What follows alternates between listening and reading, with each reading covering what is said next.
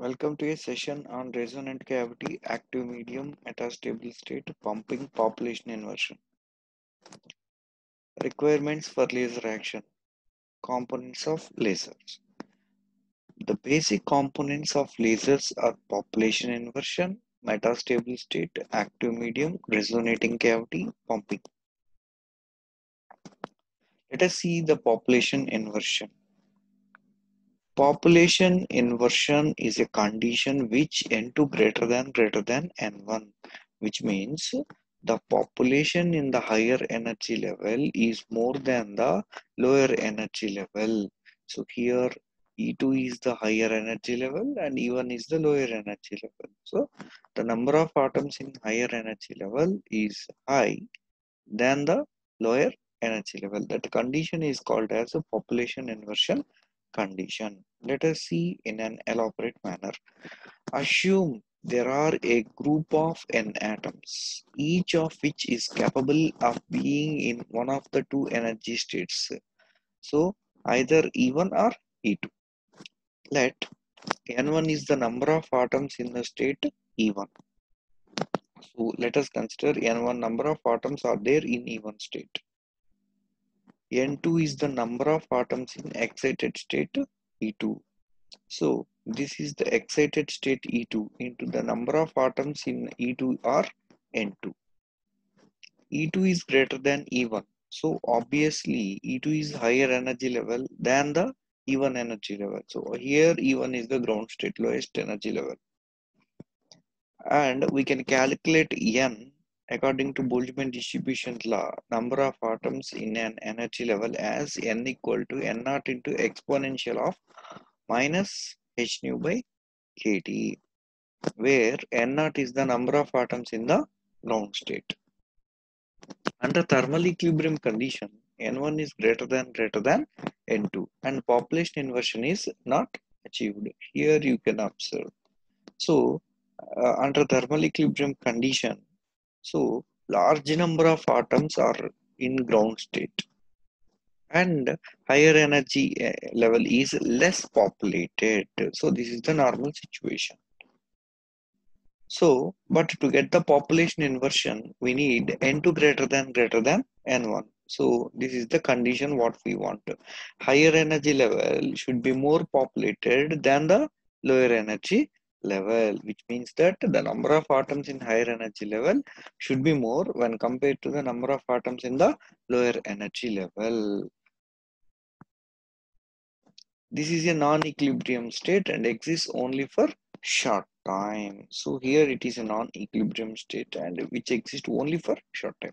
So population inversion can be achieved by pumping techniques. So how do we get it? So we get it this condition by population inversion. So what is population inversion? Supply some number of photons to the ground state atoms. So these particular atoms rise to higher energy level and they de-excited to E2 energy level. In this way, more number of atoms are there in higher energy level when compared to lower energy level. So which brings us the population inversion condition N2 greater than N1. Now let us discuss metastable state. Atoms excited to higher levels have a short lifetime of 10 power minus 9 seconds and a drop to lower state by spontaneous emission. For population inversion to take place, atom should wait in the excited state for some time. It's around 10 power minus 6 seconds to 10 power minus 3 seconds. Such an energy state is called as a metastable state. So here normally what happens is, so the atom which is excited from E1 to E3 will fall down to E2 within 10 power minus 9 seconds, which is very short time. So, but here you observe this E2. E2 is a metastable state. Here the atom can wait from 10 power minus 6 seconds to 10 power minus 3 seconds. So, it is relatively higher when compared to 10 power minus 9 seconds in E3 energy level. So, this particular higher energy level which can hold the atoms for large amount of times is called as metastable state. With this metastable state only, we will achieve population inversion. Now let us see the active medium. Active medium is the material in which laser action takes place. It is a medium in which population inversion has been achieved. For example, if you take ruby laser, in ruby laser, uh, ruby rod is the active medium. This E1, E2, E3 energy level lies inside that pink ruby rod. So ruby rod is the active medium in which population inversion takes place. So one more definition is active center. What is active center? So the atoms or the ions which are responsible for the production of laser light are called as active centers. For example, in ruby laser, chromium ions. So these chromium ions rise it from E1 to E3, E3 to E2, and from E2 to E1 they will give the laser light. So these chromium ions in case of ruby laser are active centers, and active medium is the medium in which the population inversion takes place. Now let us see what is resonating cavity. A pair of optical plane mirrors. Actually, they are plane parallel mirrors. So this is one of the mirror and this is the another mirror. This is called as total reflector. This mirror is called as total reflector and this mirror is called as partial reflector. Enclosing laser medium. So this is the a laser medium, amplifying laser medium. In between them is known as optical resonant cavity. This setup is known as resonant cavity.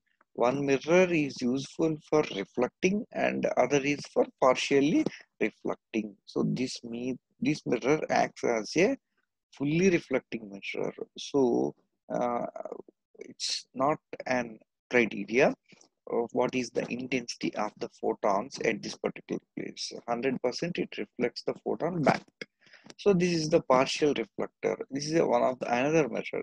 If the intensity of the photons is high enough, then it will send certain amount of light outside. This is called as output laser beam. So this setup is called as resonating cavity. Role of optical resonator. To provide positive feedback of photons into the medium so that stimulated emission is sustained and the laser acts as a generator of light. It selects the direction in which light has to be amplified, that is, in the direction of optical axis of the mirror. Optical cavity makes the laser beam directional.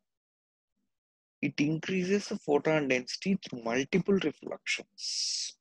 It selects and amplifies only certain frequencies, causing lasers output to be monochromatic. So, this is the role of the optical resonator. Thanks for watching.